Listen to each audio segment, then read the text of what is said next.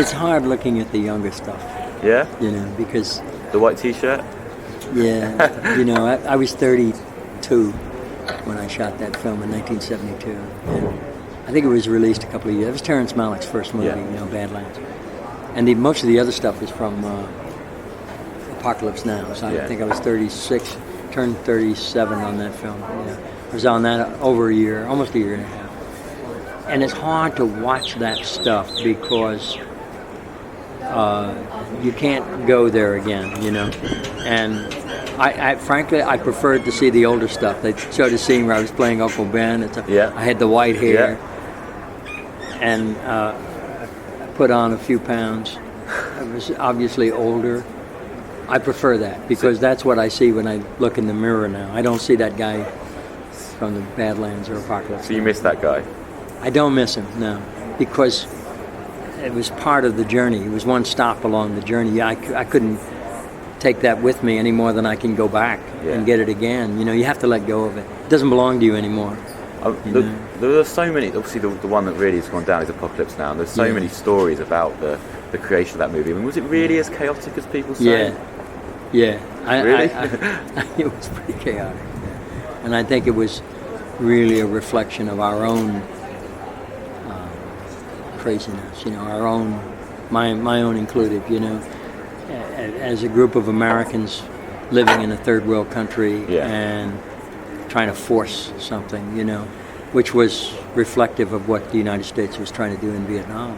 Yeah. And I think at a much, much smaller scale, that's what we were trying to do. Cinema. Francis talked about that himself. How. Are you still in touch with Francis? I don't have a day-to-day relationship with him, but we're still very cordial. Sure, It's interesting with that movie and also Badlands, which is now obviously celebrating its 40th anniversary. Yeah, how about that? You feel that these are movies that perhaps wouldn't be made today?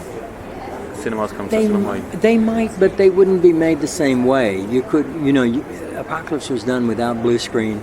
I mean, we were in the choppers, we were in the jungle. All those scenes were shot on location, and you got what you filmed, There was no adjusting it with the blue screen or whatever they do in post, editing.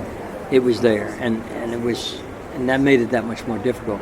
So if you were to try to do that today, I think it would be costly, more costly, obviously, and it would be. I think it would be far more difficult. So as I say, cinema's clearly evolved a great deal since those days. Do you think it's so have we. Indeed. But do you think it's for better or for worse? It's hard to tell. I think that each generation produces people who reflect the culture of the times that we live in. And I think it's really important to understand the times that we live in. And I think both of those films said something about the times we lived in. The 50s was Badlands, the 60s was Apocalypse Now, I think, and they reflected a part of my culture that I lived through and was very, very, very much a part of, I grew up in the Midwest in the 1950s. I knew who Charlie Starkweather was. Right. I knew that image that he projected, and James Dean was my hero. Made all the difference in our lives, Not just in actors' lives, but everyone loved James Dean, just like they did Elvis. Those two guys were icons, and no one got near them until Dylan, and that status that had that effect on the culture. And you knew that they were going to really have a profound influence because there was no distinction between who loved them, male and female. The girls loved Elvis and Jimmy Dean. The boys loved both of these guys, and it was like they were the only ones. Do you know what I mean? They transcended the whole thing of what an icon really was. An icon transcends even generations. But just everything. Those two guys had a profound effect. So they affected me, and in that sense, I was reflecting that in some of the work I was doing. particularly on Badlands. Yeah. I feel I'm being wrapped up here. So sorry, Rob. I've got to just to keep us moving. Okay, well, it's a great shame, but it's been a real privilege. Well, if you had to speak. ask me one question, What would it be? Oh gosh. what would it be? Perhaps I'd ask you. Well, there's two. The one as a journalist, or the one as a fan. It's up to you. You can ask two. Okay. Question one. We'll just quickly discuss your highlights, career highlights. Are there any movies you regret doing? And question two. Most of them. Most of them. Oh, God, Go on. Yeah, most of them were awful. I did them for obvious reasons. One or two that stand out. No, I mean they stand out on their own. I don't have to name them. Maybe in my life I've done maybe a dozen films out of the number, and I'm not quite sure how many I did. I think there are a bit more than that, but some of them shall remain unknown.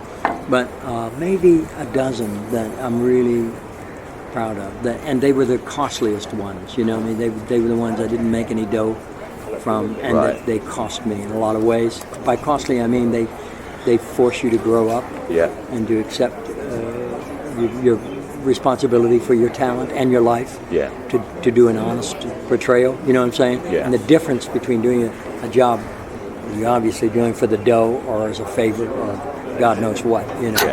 So I think it's real clear. The work I did that was personal and that was honest than the one I did for the dough. Yeah. And if you pick one movie to be remembered by? Well, I only want to be remembered best for 5 minutes. That would do it for me. Okay.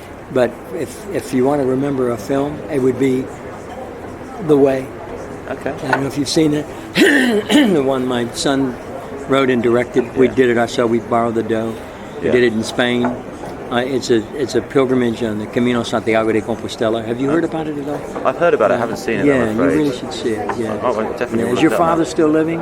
He is. Yeah. Are you close to him? Relatively. Yeah, see it with him. Okay. You'll only know while you're watching it. It's a father-son advice. story. Yeah. Well, It's a wonderful film, and it's deeply personal, and it was very costly because we couldn't get anyone interested in doing it.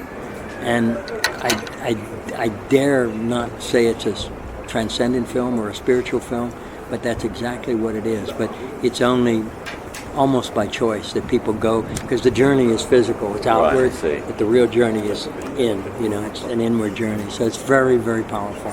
Well, while you're discussing your sons, I'm sorry to bring this up, but I wouldn't be a good journalist if I didn't ask, how's Charlie getting on? He's doing well, I do his show. In fact, I'm going home tomorrow. I have to be on the set tomorrow afternoon. I do his... Going back tomorrow? I have to leave here at... God, what time are we leaving? 5:30? I don't know. We got to... I'm on the set tomorrow afternoon.